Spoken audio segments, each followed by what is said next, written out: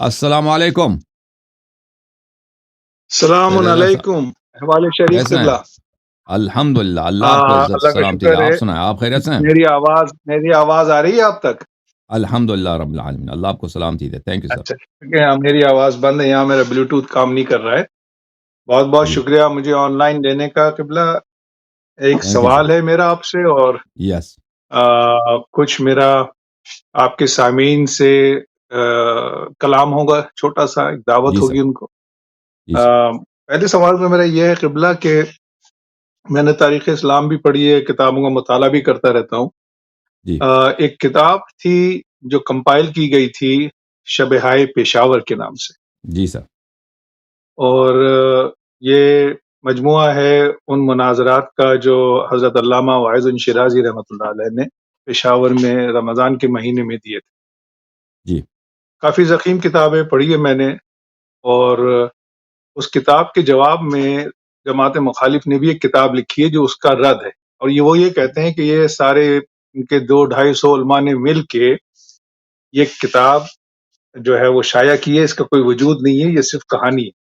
ہم۔ تو اس سلسلے میں اگر آپ کے علم میں کچھ ہے تو اس بارے میں تھوڑی سی وضاحت فرما دیں اور رہنمائی فرما دیں تو بہتر ہوگا. شبہ پشاور کے متعلق یا اس کے رد کے متعلق؟ نو رد تو انہوں نے دیا ہے، وہ تو ظاہر ہے ان کو رد تو اس کا دینا ہی تھا، لیکن جو کتاب ہے اس کی اتھینٹسٹی پہ کہ ہاں، یہ شبہ پشاور کی حضرت کتاب یہ ہے علامہ کہ اس کے مصنف ایک بہت بڑے خطیب تھے، بہت بڑے عالم تھے، اور وہ انگریزوں کے زمانے میں وہ ہندوستان آئے تھے. اس زمانے میں دیکھیں ایران سے بہت سارے علماء آتے تھے، اور ہندوستان میں بہت سارے کمیونٹیز ہوتے تھے جو فارسی سمجھتے تھے. یعنی لیٹ 1800s میں اور ارلی 1900s میں ہندوستان میں پڑھے لکھے لوگ اکثر فارسی سمجھتے تھے، اور بہت سارے کمیونٹیز تھے جو بالکل پرشین اسپیکنگ تھے، جو قزلباش لوگ تھے، مثلا پشاور جی میں، لاہور جی میں، جی دہلی میں. یہ تو بالکل پرشین، اب بھی ہیں ان کے تھوڑے بہت لوگ بچے ہیں جو پرشین جانتے ہیں، فارسی جانتے ہیں. لیکن اس زمانے میں تو فارسی بہت عام تھی. پشاور میں یا لاہور میں یا دہلی میں پڑھے لکھے لوگ یہ اکثر فارسی جانتے تھے، اور مدر ٹنگ جن لوگوں کی فارسی ہوتی تھی وہ بھی بہت زیادہ تھے. تو یہ ہندوستان میں تبلیغ کے لیے آئے تھے. تو جب پشاور میں رکے تھے تو اس وقت کیونکہ ایک بہت بڑے عالم تھے اس زمانے میں، تو انگریزوں کا زور تھا، انگریزوں کی حکومت تھی، اور امن و امان بہت کافی تھا وہاں ہند و پاک میں. اس زمانے پاکستان تو تھا نہیں، ہندوستان میں، بر صغیر میں. تو وہاں پر جب پتہ چلا مقامی لوگوں کو کہ یہاں پہ بہت بڑا شیعہ عالم آیا، تو وہاں وہ کہ مقامی مخالفین کے 2-3 عالم ان سے ملنے آئے اور ان گفتگو چلا. تو وہ ان کا جو میزبان تھا پشاور میں، وہ قزلباش گھرانے کا بہت ہی مشہور معروف شخصیت تھی. تو ان کے مہمان تو ان کے پاس آتے تھے بہت سارے. تو اتنا بڑا عالم جی آئے تو لوگ آتے تھے. تو وہاں پہ اخبار نویس بھی آئے تھے. تو یہاں پہ جب گفتگو کا آغاز ہوا تو انہوں نے آپس میں طے کر لی کہ کچھ راتوں کو یہ بیٹھ کر اسی اختلافی مسائل پر، مسائل امامت پر گفتگو کریں گے.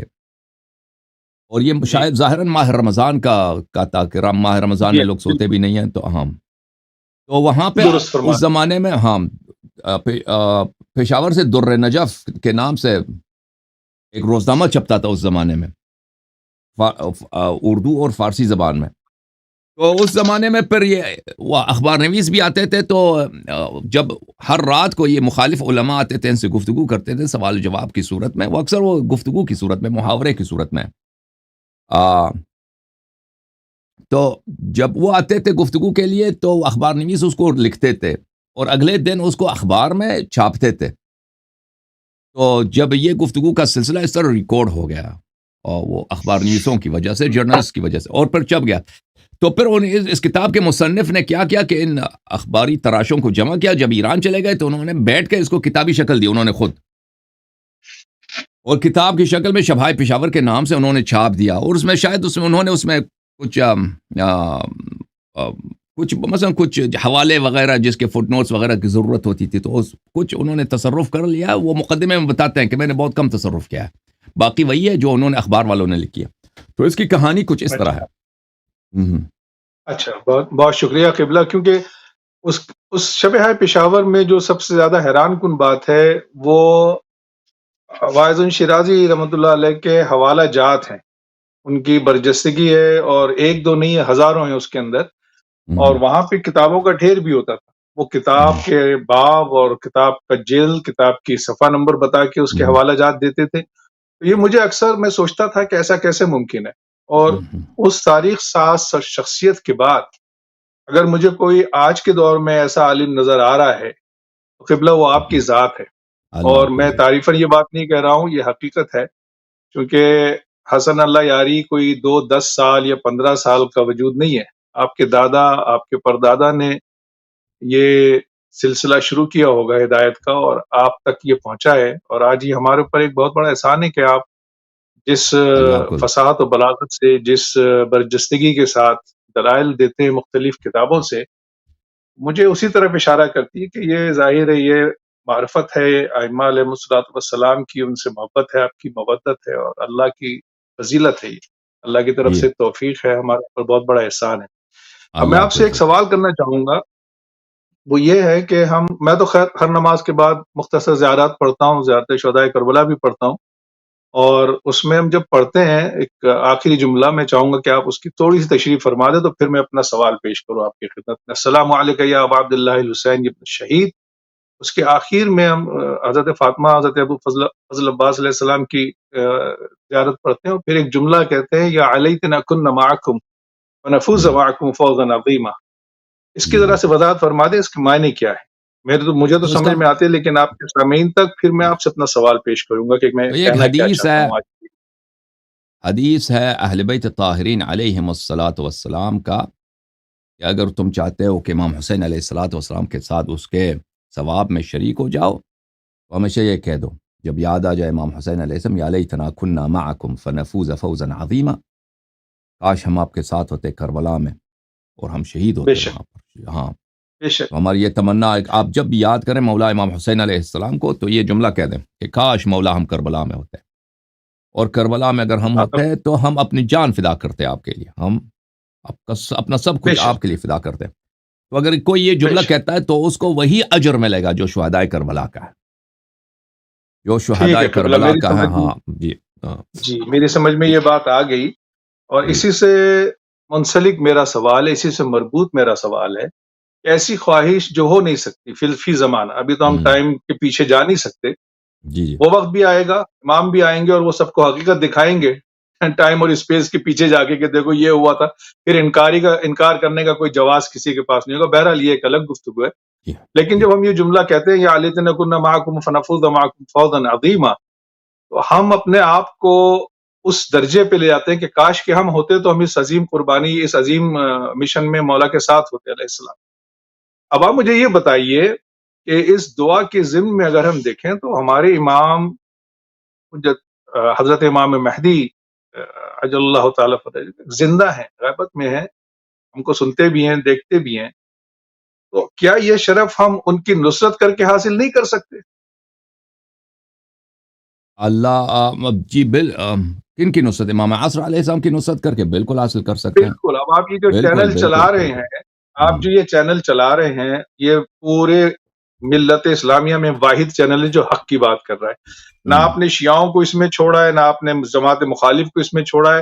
جن کے اندر فرسودہ عقائد تھے، فرسودہ رجحانات تھے، ان سب پہ آپ تلوار چڑھا رہے ہیں حق کی. نا دونوں طرف سے آپ کاٹ رہے ہیں. آپ کے پاس 2 دھاری تلوار ہے. اس کو نہ شیعوں سے آپ نے بچنے دیا ہے، نہ اہل سنت کو. حق یہی ہے کہ آپ حق دکھائیں.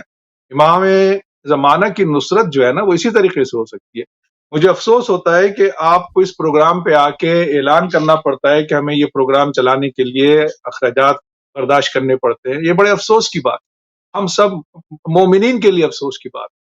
جب ہم کہتے ہیں یا علیتنا کنا معکم، تو بھائی یہی ہے پلیٹ فارم، یہی کربلا ہے جو حق اور باطل کے مارکے میں مصروف ہے. آپ اتنا بڑا کام کر رہے ہیں. قبلہ، میں ہر نماز میں آپ کے لیے، اہل خانہ کے لیے، آپ کے معاونین کے لیے دعائیں خیر کرتا ہوں ہر لحاظ سے. اور اپنے لحاظ سے میں ڈونر بھی ہوں، اثار نہیں کرنا چاہتا ہوں اس کا، لیکن میں چاہتا ہوں کہ اس کو تھوڑا سا اور دوام بخشا جائے، اور ہم سب جو ہیں وہ حسن اللہ یاری نہیں بلکہ امام زمانہ کی نصرت کے لیے اس کے اندر پلیج کریں. یہ ہمارا فرض ہے. یہ ان کا حق ہے. اس میں آپ کی زبان پہ الفاظ آنا ہم لوگوں کے لیے باعث شرم ہے. قبلہ میں یہ عرض کرنا چاہتا ہوں. تو اللہ آپ کو اس سے اگر آپ یہ تصور کریں کہ ہم یہ زیارت پڑھتے ہیں، بے شک، اور پتہ نہیں یہ اللہ کا کرم ہے کہ اللہ کا احسان ہے کہ ہم اس دور میں پیدا ہوئے ہیں. پتہ نہیں اس دور میں ہوتے تو شاید دوسرے ہی لشکر میں ہوتے نا، ہمارا شعور، ہمارا علم شاید وہ نہ ہوتا. تو اللہ نے اس مصیبت سے بھی بچا لیا. تو اب یہ ایک فیصلہ کرنا ہوگا ہم لوگوں کو کہ آپ جس مشن کو لے کے چل رہے ہیں، یہ اہل بیت علیہم الصلوۃ والسلام کی تبلیغ، ان کی علم کی تبلیغ کے لیے، حق کے دین کو اجاگر کرنے کے لیے ان کا مشن ہے یہ. اس میں اللہ یاری بھی آتے ہیں، واعظ شیرازی رحمۃ اللہ علیہ بھی آتے ہیں، اور بہت سے ہیں. لیکن ہمارا فریضہ کیا ہے اس سلسلے میں؟ اگر آپ اس کو مربوط کر دیں اختتامی طور پہ تو میں مشکور ہوں گا آپ کا قبلہ کہ جی ایسا بالکل. ممکن ہے، یہ ہونا چاہیے. ہم شیعوں بالکل کو، ہم لوگ کہاں کھوئے ہوئے ہیں نا، ہم تعریف تو سب کرتے ہیں، تھمز اپ سب لگاتے ہیں اور ہزاروں جملے لکھتے ہیں، لیکن اس کو چلانے کی ذمہ داری ہمارے اوپر ہے، آپ کے اوپر نہیں ہے. ہم شیعوں کو اس کے اوپر عمل کرنا چاہیے، آگے بڑھنا چاہیے. اور جتنا بھی، ضروری نہیں ہے کہ بہت بڑی رقم یا بہت بڑی، جتنا آپ نے حد الامکان کر سکتے ہیں امام کی خدمت میں پیش کریں اس کو. بسم اللہ قبلہ. جی بالکل صحیح فرما رہے ہیں میرے بھائی. میں ان کا بڑا مشکور ہوں. ہمارے سید حیدر بھائی بامعرفت انسان ہیں، اور ان کے دل میں اہل بیت علیہ السلام کا درد ہے، اور یہ چاہتے ہیں اہل بیت علیہ السلام کا نور ہر جگہ پھیل جائے. اور جو لوگ ہمارے غافل بھائی جو اہل بیت علیہ السلام کے انوار سے آشنا نہیں ہیں، وہ کیوں آشنا نہ ہوں؟ وہ کیوں ہمارے دیکھیں سب لوگوں کے، اب جو امام حضرت امیر المومنین علیہ السلام کے دشمن ہیں، ان جو غاصبین فدا کے غاصبین امامت دنیا میں، ان کے بلینز کے حساب فالوورز ہیں. ان میں سے ہنڈریڈز آف ملینز ایسے لوگ ہیں جن کو پتہ نہیں ہے. اگر ان کو پتہ بے چل شک. جائے تو وہ کبھی بھی غاصبین فدق کی تعریف نہیں کریں گے، کبھی اپنے بچوں کا نام غاصبین فدق کے نام پہ نہیں رکھیں گے، کبھی ان کے نام پہ مسجد نہیں کھولیں گے، بلکہ وہ اپنے مساجد کا نام چینج کریں گے. مسجد کا نام رکھیں گے فاطمیہ، حسینیہ، مہدیہ. مسجد کا نام رکھیں گے مسجد امام علی علیہ السلام، اور اپنے بچوں کا نام بھی چینج کر کے اہل بیت علیہ السلام کے نام پہ رکھیں گے. وجہ کیا ہے؟ جہالت ہے. دیکھیں پرانے زمانوں میں ایسا ہوتا تھا کہ فار آؤٹ ریچ آپ نہیں کر سکتے تھے، اب بہت سارے لوگوں تک آپ پیغام پہنچائیں. زیادہ سے زیادہ اکثر تو یہ تقیہ میں ہوتے تھے، یعنی آپ کسی امام بارگاہ میں بھی ہیں، وہاں پہ اشاروں سے بات کریں، کنایوں سے بات کریں، سمجھدار لوگ سمجھ لیتے ہیں. اکثر مخاطبین ان کو سمجھ بھی نہیں آتی کہ متکلم نے، مقرر نے کیا کہا. اور اگر کہیں بھی تقیہ نہیں ہوتا تھا، کل کے بات ہوتی تھی، تو وہ بھی وہی مجمع جو سن رہا ہے، 500 کا 1000 2000 آدمی ہوں گے، وہی سنیں گے. اور بے شک. یا کتابی شکل میں اگر لکھا جائے تو کتاب پڑھنے والے بہت کم لوگ ہیں، اور پرانے زمانے میں تو اور بھی کم ہوتے تھے. ابھی ہمارے زمانے میں بھی کتاب پڑھنے والے اتنے لوگ نہیں ہیں. تو الحمدللہ ابھی ایک ایسا وقت آیا میرے عزیزوں، میرے بھائیوں، کہ آپ بہت سارے لوگوں تک یہ پیغام پہنچا سکتے ہو. یہ اس پیغام کو ہم بہت ساری زبانوں میں، بہت سارے لوگوں تک، بہت بڑی وائڈ آڈینس میں. دیکھیں ابھی ہمارے جو ویورز ہیں، مثلا ہم لائیو شو کرتے ہیں، 1000 ہوتا ہے، 1500 ہوتا ہے نا. اگر ہم پیسے خرچ کریں، یہ سب پیسے پہ ہوتا ہے. اس کو 10,000 15,000 20,000 بھی پہنچا سکتے ہیں. یہ بہت سارے ایسے طریقہ کار ہوتے ہیں کہ ان کے انسان کے پاس اگر ریسورسز ہو تو یہ پیغام کو آگے بڑھایا جا سکتا ہے. تو عرض میرے بھائیو یہ ہے کہ ہم ابھی اس پیغام کو ہم نے عالمی بنانا ہے. اس پیغام کو ہم نے دنیا کے کونے کونے میں پہنچا دینا. اور یہ پیغام کون سا پیغام ہے؟ یہ پیغام ہے نور امامت امیر المؤمنین علیہ السلام، نور ولایت ائمہ بے شک. اطہار علیہم الصلوۃ والسلام، حضرت فاطمہ الزہرا سلام اللہ علیہا کی عصمت اور ان کی مظلومیت اور ان کی شہادت، اور ان کا جو حق غصب ہوا ہے، اور جن لوگوں نے غصب کیا ہے وہ مجرم تھے. یہ پیغام ہم نے دنیا کو بے شک. پہنچا دینا، اور یہ انسانیت کی نجات کا واحد طریقہ یہی ہے. کوئی شک نہیں اس میں. ہاں، بلا شک اس میں اگر آپ دکھی ہوئی انسانیت کی نجات کا دلا سکتے ہیں، اس کا اور طریقہ ہی نہیں ہے ہی نہیں، سوائے اس کے کہ لوگ اپنے مولا کو پہچان لیں.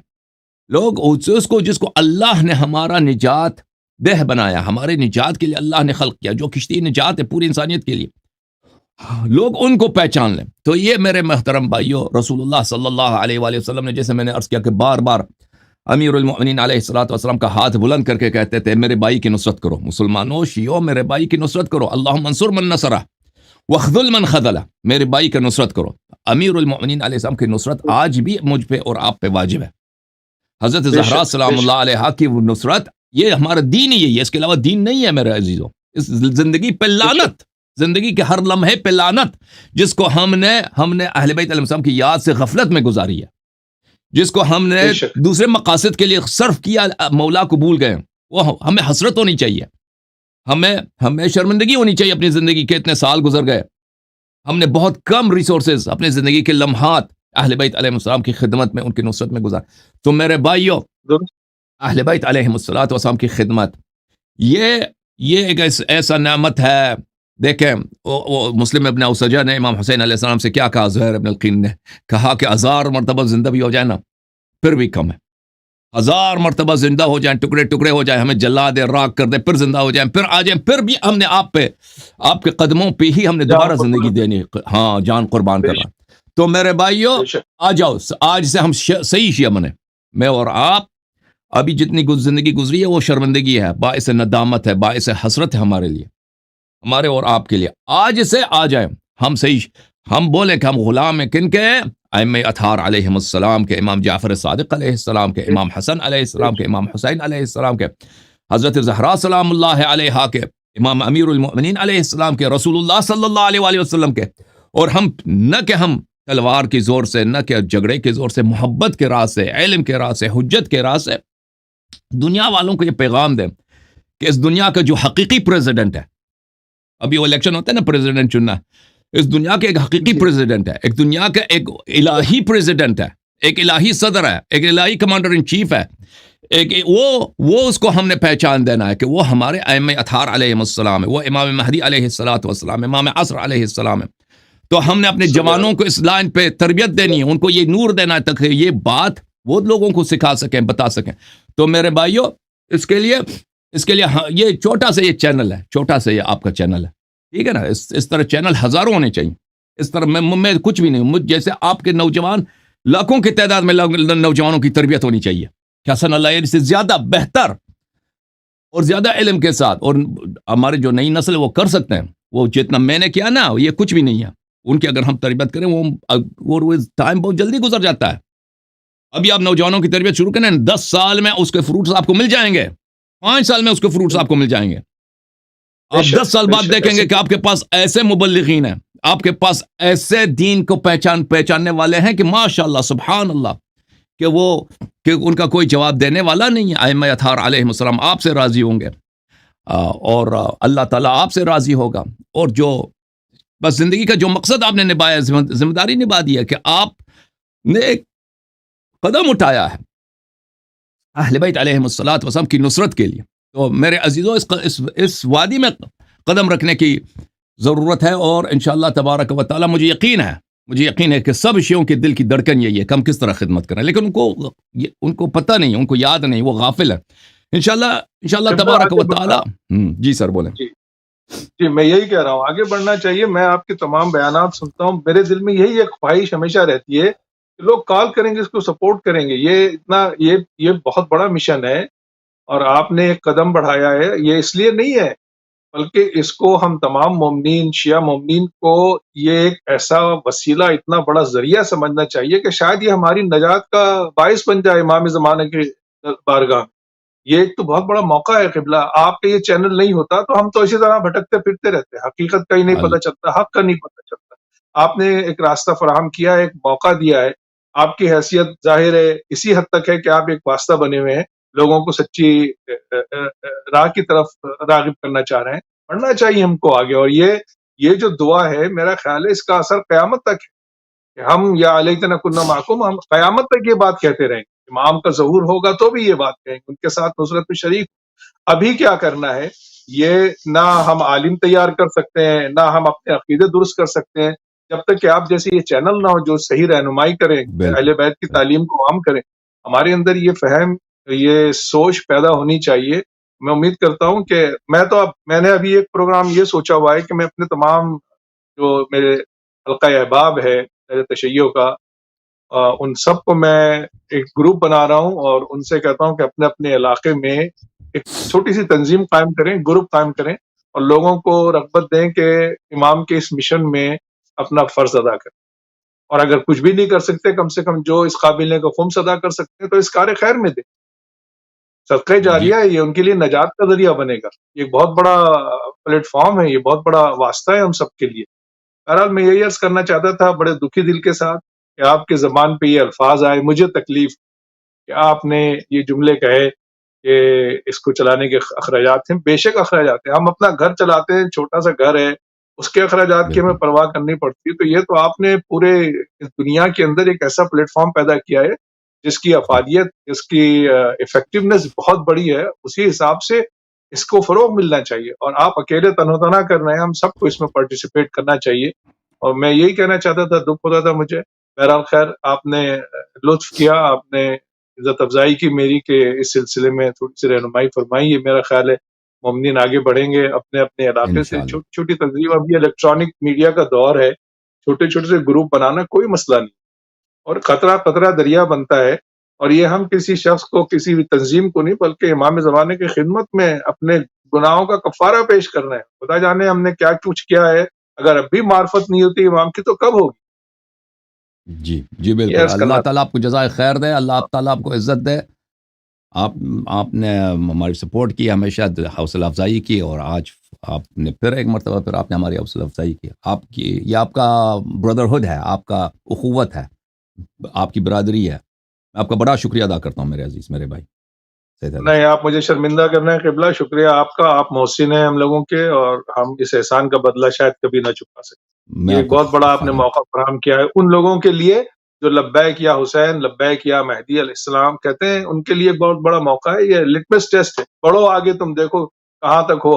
پڑھتے تو ہم سب کچھ ہیں، لفظی طور پہ تو ہم سب کچھ کہتے ہیں۔ میں جب یہ ابھی کچھ دنوں پہلے جب میں نے اس پہ غور کیا، میں پڑھ رہا تھا، میں نے کہا اس کا کیا مقصد ہے۔ میں علامہ حسن اللہ یاری صاحب کی خدمت میں پیش کروں گا اور ان سے وضاحت چاہوں گا اس کی۔ تو یہ تو قیامت تک کے لیے یہ جو ہے یہ دعا ہے، میرا خیال تو یہی ہے، اور جی ہونا بھی ایسے ہی چاہیے۔ بہرحال قبلہ، آپ نے مجھے وقت دیا اس بخش زندہ میں، اس پروگرام میں، تھینک یو سر۔ آپ نے لطف کیا۔ میری دعائیں ہیں آپ کے لیے، آپ کے معاونین کے لیے اور اہل خانہ کے لیے کہ اللہ آپ کو اپنی حفظ و امان میں رکھے، آپ کی عزت و مرتبے میں اور بلندی عطا فرمائے، اور آپ کی تھینک یو سر، حفاظت کرے، اور تھینک یو انشاءاللہ سر، اللہ آپ کو مومنین جزائے آپ خیر کے دے ساتھ کھانا بچانا کھڑے ہوں، اور سب حسن اللہ یاری بن جائیں۔ ایک حسن اللہ یاری تو انشاءاللہ جو کچھ کر رہے ہیں نا، اس سے سب حسن اللہ ہم یاری بن جائیں، پھر میں دیکھتا ہوں اس دنیا میں انقلاب کیوں نہیں آئے گا، اور ہمارے امام فخر انشاءاللہ کے ساتھ سر بلند کر کے اللہ کی اجازت سے تشریف لائیں گے انشاءاللہ انشاءاللہ تعالی۔ انشاءاللہ انشاءاللہ۔ قبلہ تھینک یو سر، اجازت اللہ آپ کو دیجیے، عزت دے، تھینک یو سر، اللہ آپ کو جزائے خیر دے، بے سیاست سپاس گزارم، تھینک یو، خیلی ممنونم، خدا تھینک یو سر، حافظ۔ خدا حافظ۔